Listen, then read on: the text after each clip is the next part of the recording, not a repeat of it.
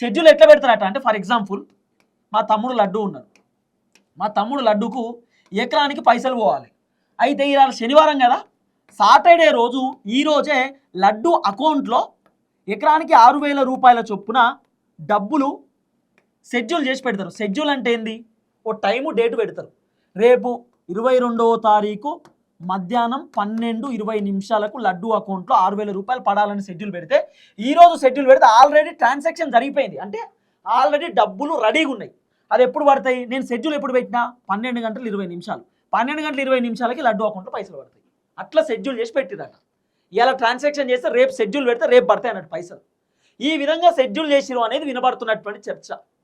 ఒకవేళ రేపు సండే కాబట్టి హాలిడే ఉంటే, రేపు ఒకవేళ డబ్బులు రాలేకపోతే, సండే కాబట్టి సండే నైట్ 12 గంటల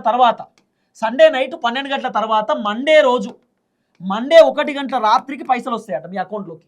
ఇది కూడా రేవంత్ రెడ్డి ప్రభుత్వమే చెప్తున్నారు. ఒకవేళ ఆదివారం రోజు మేము ట్రై చేసినాం, పక్కా డబ్బులు పడతాయి. 95% ఆదివారం రోజు రేపు డబ్బులు పడతాయట. ఒకవేళ హాలిడే అని కనుక అనుకుంటే మండే రోజు మాత్రం ఫిక్స్. 1 ఎకరం లోపు ఉన్నటువంటి రైతులకు ఫిక్స్. ఎకరం లోపు అంటలేదు, మళ్ళీ 1 ఎకరానికి ఫిక్స్. మీకు 10 గుంటలు ఉన్న పడతాయి, ఎకరం ఉన్న పడతాయి, 20 గుంటలు ఉన్న పడతాయి, 30 గుంటలు ఉన్న పడతాయి.